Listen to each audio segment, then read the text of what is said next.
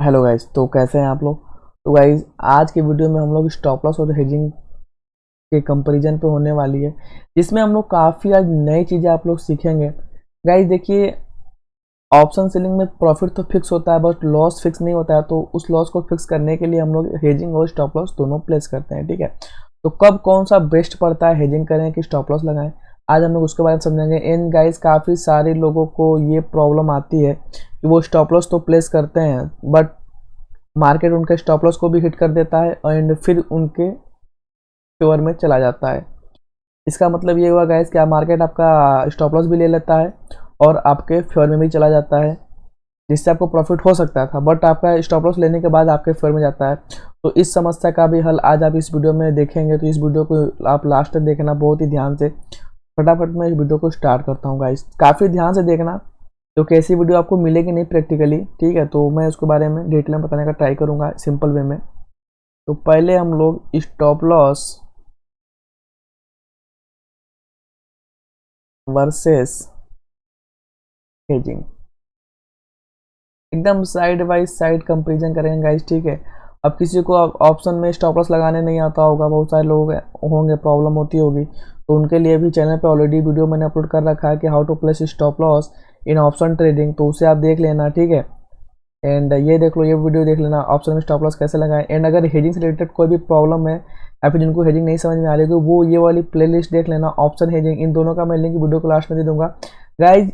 इस प्लेलिस्ट में मैंने हेजिंग से रिलेटेड A to Z सारे चीज़ बताएं, कैसे करते हैं, बेसिक टू एडवांस सब कुछ मैंने बताया है, तो आप उसे देख लेना, ठीक है। तो अब देखो, पहले मैं बता देता हूँ इसको करते क्यों है, दोनों हम लोग करते क्यों हैं। देखो, दोनों का काम होता है हम लोग का लॉस फिक्स करना।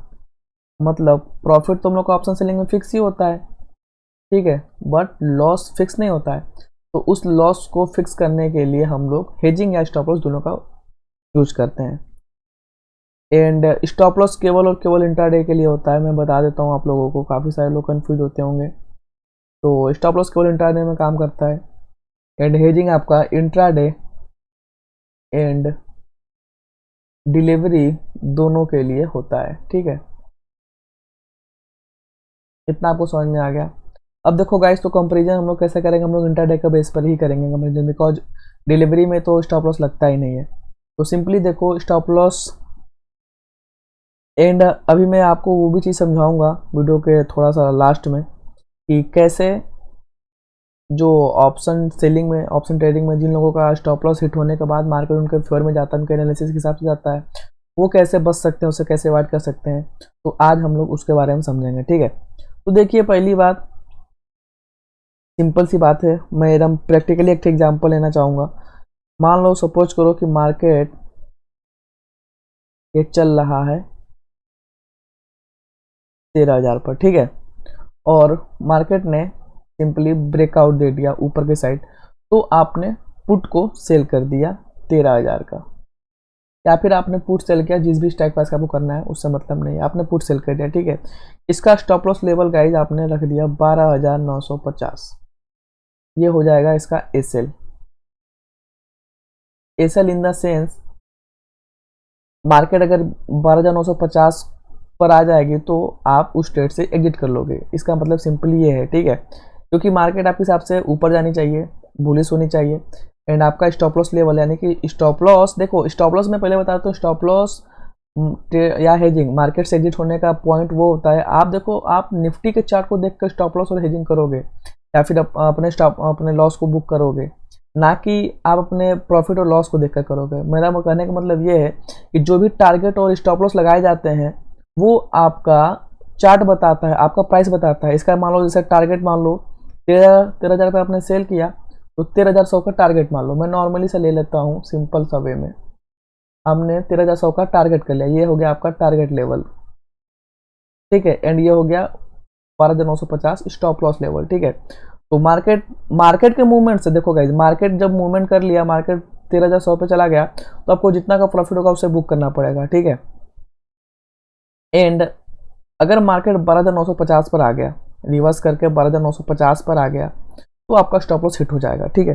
तो अब देखो, इस दोनों केस में होता क्या है, इन दोनों केस में मैं पहले बता देता हूँ आप लोगों को। जब गाइस वोल्टिलिटी बढ़ने वाली होती है, जब गाइस मार्केट में वोलाटिलिटी आने वाली होती है, इंक्रीज होने वाली होती है, तब स्टॉप लॉस क्या होते हैं, स्टॉप लॉस के हिट होने के चांसेस काफ़ी बढ़ जाते हैं। तो उस समय एसेल को अवॉइड करना चाहिए, ठीक है। उस समय क्या करना चाहिए, उस समय हम लोगों को हेजिंग करनी चाहिए। उस समय हम लोगों के लिए हेजिंग बेस्ट पड़ेगा। बिकॉज क्यों, ऐसा क्यों होगा, जब मार्केट में वोल्टिलिटी बढ़ेगी, ठीक है, आपका 12,950 का स्टॉप लॉस लेवल है, तो क्या होगा, अगर मार्केट आपका 12,960 पर ही आ जाएगा ना, तभी आपका स्टॉप लॉस हिट हो जाएगा जो आपने प्रीमियम पर लगाया होगा। इन द सेंस क्यों, क्योंकि वोल्टिलिटी जब इंक्रीज होती है तो जैसा कि आप सभी लोग जानते हैं कि पुट और कॉल दोनों के प्रीमियम बढ़ते हैं, और जब आपने पुट सेल किया रहेगा तो क्या होगा ना कि आपका स्टॉप लॉस लेवल 12,950 पर है, लेकिन 12,900 जब 60 पे रहेगा, मैं एक अप्रोक्स बता रहा हूँ, ठीक है। तो उसी तरह से रियल मार्केट में भी होता है, 12,960 पे होगा तभी आपका स्टॉप लॉस हिट हो जाएगा। मेरा कहने का मतलब ये है कि आपने जिस भी पॉइंट पर, जिस भी मार्केट के रेंज के हिसाब से आपने स्टॉप लॉस लगाया होगा, उसके पहले ही स्टॉप लॉस आपका हिट हो जाएगा अगर वोल्टिलिटी बढ़ेगी। तो जब भी वोल्टिलिटी बढ़ने की आशंका हो तब उसमें हेजिंग किया जाता है, उस समय स्टॉप लॉस को अवॉइड किया जाता है। एंड गाइस मैं बता रहा हूँ, काफ़ी सारे लोगों के साथ एक और चीज़ होती है कि जैसे कि मान लो उन्होंने, जैसे कि सिंपली मैं इसी लेवल में, इसी में समझा देता हूँ, ठीक है, इसी वाले में समझा देता हूँ, आप लोगों को थोड़ा सा ध्यान देना, मैं इन सबको इरेज कर देता हूँ। आपने पुट को सेल किया था यहाँ पर, ठीक है, और आपका क्या था, 12,950 पे स्टॉप लॉस का लेवल था। इसे मान लो 12,950 एसएल लेवल था, ठीक है। अब क्या क्या होता है ना, कभी कभी बहुत बार होता है कि मार्केट आपका स्टॉप लॉस यहाँ तक आएगा, टच करेगा, इसे स्टॉप लॉस ले लेगा, फिर साइडवेज हो जाएगा, फिर रिट्रेस करके आपके रेंज में चला जाएगा। ऐसा गाइस बहुत बार होता है, ऐसा गाइस बहुत बार होता है। तो उस समय अगर आप हेजिंग करके रखे रहोगे तब आपका स्टॉप लॉस तो हिट होने वाला है नहीं, बिकॉज इसमें आप तो आपको लॉस फिक्स है। तो क्या करोगे, आपको लॉस तो दिखेगा, ऐसा नहीं है कि लॉस नहीं दिखेगा, बिकॉज आपने सेल 13,000 पर किया है एंड मार्केट आ गई है 12,950 पे। तो जहां आपका स्टॉप लॉस हिट हो जाता अगर आपने ऐसे लगा के रखा होता, बट वहीं अगर आप हेजिंग करके रखे रहोगे तो क्या होगा, मार्केट में आपको लॉस तो दिखाएगा, बट ये जो साइडवेज का मूवमेंट, जो सिद्धांत साइडवेज हुआ रहेगा, उसमें जो भी थीटा डिग्री का बेनिफिट मिल जाएगा वो आपको क्रेडिट होता रहेगा। एंड जब ये बाउंस बैक करके आपके रेंज में जाएगा, आपके हिसाब से जाएगा, तो सारा का सारा आप प्रॉफिट में दिखने लगोगे। ऐसा करने का मतलब ये है कि स्टॉप लॉस अगर आपने लगा दिया तो हिट अगर हो गया तब तो फिर आपको सिंपली लॉस बुक करना ही पड़ेगा।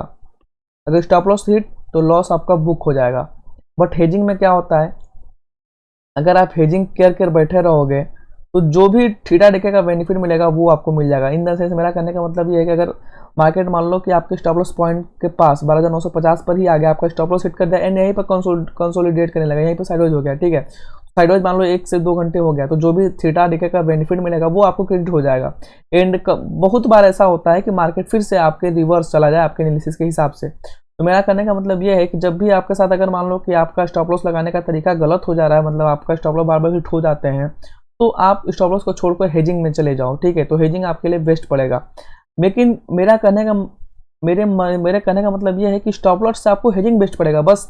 बट आपको एक पॉइंट पता होना चाहिए, एक पॉइंट पता होना चाहिए, मतलब आपको स्टॉप लॉस का पता होना चाहिए। मतलब जैसे मान लो कि मैंने क्या बताया, आपने 13,000 पर पी को शॉर्ट किया था, ठीक है, पीट को शॉर्ट किया था एंड आपका 12,950 पे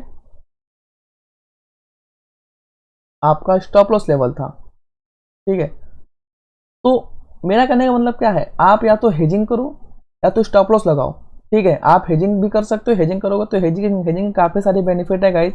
पहली बात तो ये वोल्टिलिटी को सपोर्ट कर लेता है एंड जब से ऑप्शन सेलिंग का नया मार्जिन का रूल आया है तब से काफ़ी सारे लोग स्टॉप लॉस को छोड़कर हेजिंग में ही काम करें, बिकॉज हेजिंग में ही बेनिफिट मार्जिन का मिल रहा है।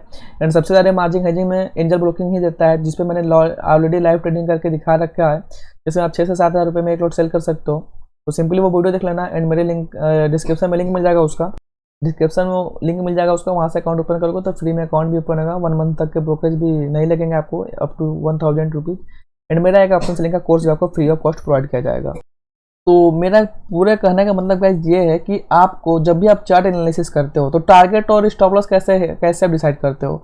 आप डेफिनेटली, आप जाहिर सी बात है कि आप चार्ट के हिसाब से करते होगे, ठीक है।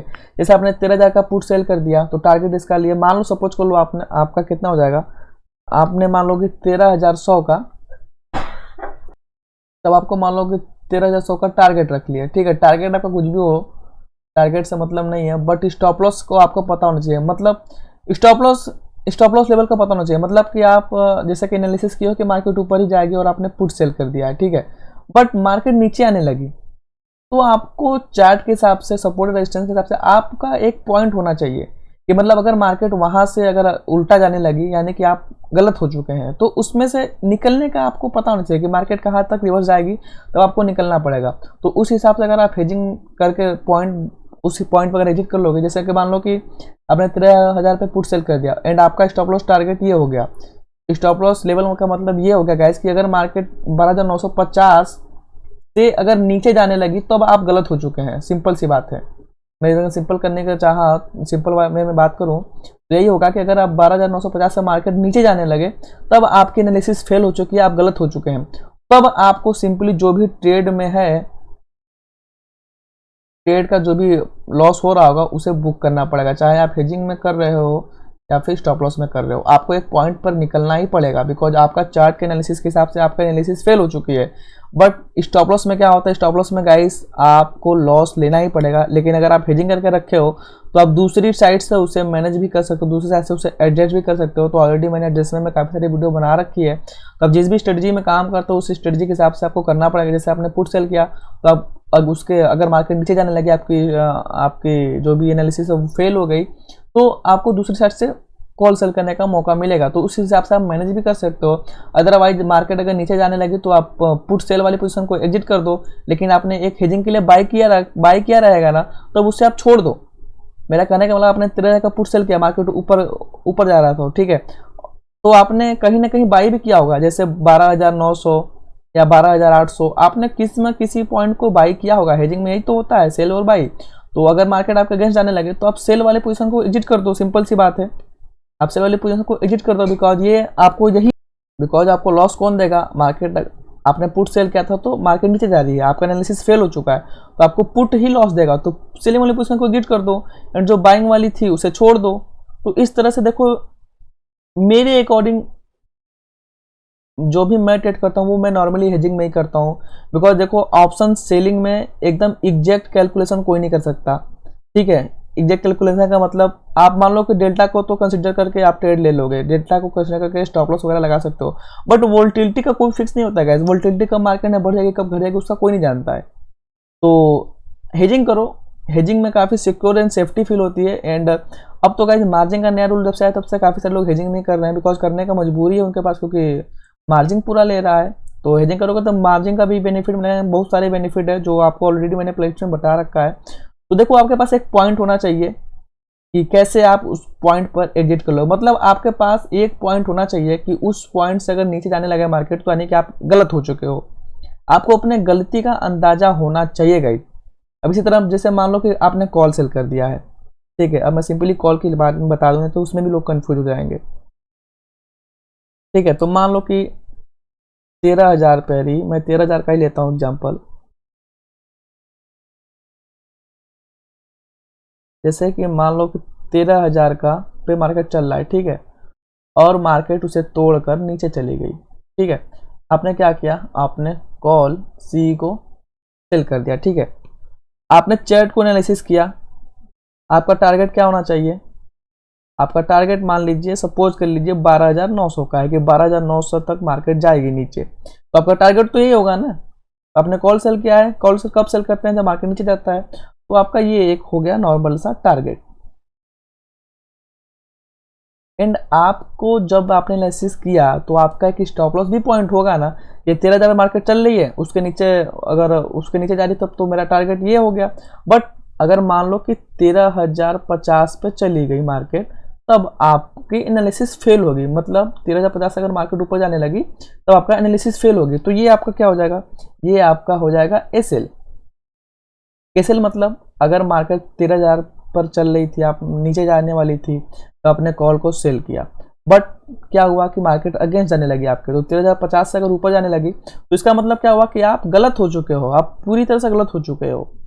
तो स्टॉप लॉस में क्या होगा, सिंपली आपको लॉस बुक करना पड़ेगा। एंड अगर आप हेजिंग किए रहोगे तो अगर आप चाहो उस समय तो उस समय अपने दोनों ट्रेड को मैनुअली एग्जिट कर सकते हो, कोई प्रॉब्लम है नहीं। बट अगर उसे आप मैनेज करना चाहते हो तो जो बाइंग वाली साइड में आपने बाई की थी उससे आप रहने दो, एंड आपने जो कॉल सेल किया था उसे एग्जिट कर दो। तो सिंपली क्या करोगे, आप बाइंग में चले जाओगे, एंड ऑप्शन बाइंग, क्योंकि देखो जो आप कॉल बाई किए रहोगे हेजिंग के लिए, अगर मार्केट ऊपर जाने लगा तो वो तो कुछ ना कुछ तो बढ़ेगा ही, ठीक है। मैं मानता हूँ कि 13,000 पे आपने कॉल सेल किया तो 13,050 पे गया होगा, तो कुछ ना कुछ तो आपको लॉस होता ही होगा। तो उस लॉस को अगर कम कर लो, अगर मार्केट ज़्यादा ऊपर जाती है तब आपको ये जो काल वाले जो आपने काल को हेजिंग के लिए बाई किया था उसके प्रीमियम बढ़ जाएंगे, तो उससे आपका मे बी लॉस रिकवर हो सकता है अगर मार्केट ज़्यादा ऊपर चला जाए तो, ठीक है। तो इसलिए मैं ज़्यादातर हेजिंग में काम करता हूँ, ठीक है। एंड आपको देखिए कुल मिला के आप स्टॉप लॉस लगाइए या फिर हेजिंग करिए, बट आपको एक पॉइंट पता होना चाहिए कि जब आप गलत हो गए, जब आपकी एनालिसिस फेल हो गई, चाहे कॉल सेल करिए या फिर पुट सेल करिए, आपको एक पॉइंट पता होना चाहिए। चार्ट के हिसाब से सारे लोग स्टॉप लॉस लेवल फाइंड करते हैं। मैंने ऑलरेडी बता रखा है कि इंट्राडे के लिए कैसे स्टॉप लॉस लगाते हैं एंड कितना क्या सेटअप होना चाहिए, सेटअप के बारे में बता रखा है कि entry exit stop loss target क्या होना चाहिए। तो उस हिसाब से आपको पता उस हिसाब से आप देख सकते हो, देख लो, ये वाला यही वीडियो है option selling intraday best selling setup का, ठीक है। तो उसमें मैंने एंट्री एग्जिट टारगेट एसएल सब कुछ बता रखा है। तो अगर नहीं समझ में आएगा तो वो वीडियो देख लेना, वीडियो क्लास में उसका लिंक मिल जाएगा। एंड वीडियो कैसा लगी जरूर बताइएगा, मे भी ये वीडियो काफ़ी प्रैक्टिकली बेस पर थी। एंड गाइज मैं बता रहा हूँ कि अगर ऑप्शन सेलिंग कर रहे हो आप तो स्टॉप लॉस जो भी होता है स्टॉप लॉस से बेस्ट हेजिंग पड़ेगा। अगर आप लोगों को उतना ही नेगेट करने का शौक है तो जैसे कि मान लो आपने 13,000 का कॉल सेल कर रहे हो, ठीक है, तो क्या करो, सिंपली गैप बढ़ा लो। 13,000 का मान लो आप कॉल सेल कर रहे हो तो आप बाई कर लो 13,200 का बाई कर लो या फिर 13,300 का बाई कर लो। तो इससे क्या होगा गाइस, इससे होगा क्या, इससे आपका अप्रोक्स नेकेड के ही तरह काम करेगा, बिकॉज इसके प्रीमियम कितने मिलेंगे, 2 या 5 या 10 रुपये जैसे भी होंगे। सस्ते वाले प्रीमियम को बाई कर लो एंड इसके प्रीमियम कितने होंगे, इसके प्रीमियम 30 या 40 रुपये होंगे, ठीक है। तो ये जो है अगर आप नेकेड भी करना चाहते हो तो नेकेड की तरह भी हेजिंग को यूज किया जा सकता है। हेजिंग के काफ़ी सारे तरीके होते हैं एंड सारे तरीकों को मैंने बता रखा है ऑप्शन हेजिंग में, प्लेलिस्ट जो है उसे आप देख लेना। मे भी वीडियो अच्छी लगी होगा, वीडियो अच्छी लगी हो तो लाइक करो, चैनल को सब्सक्राइब करो, ठीक है। मिलते हैं फिर नेक्स्ट वीडियो में आपसे।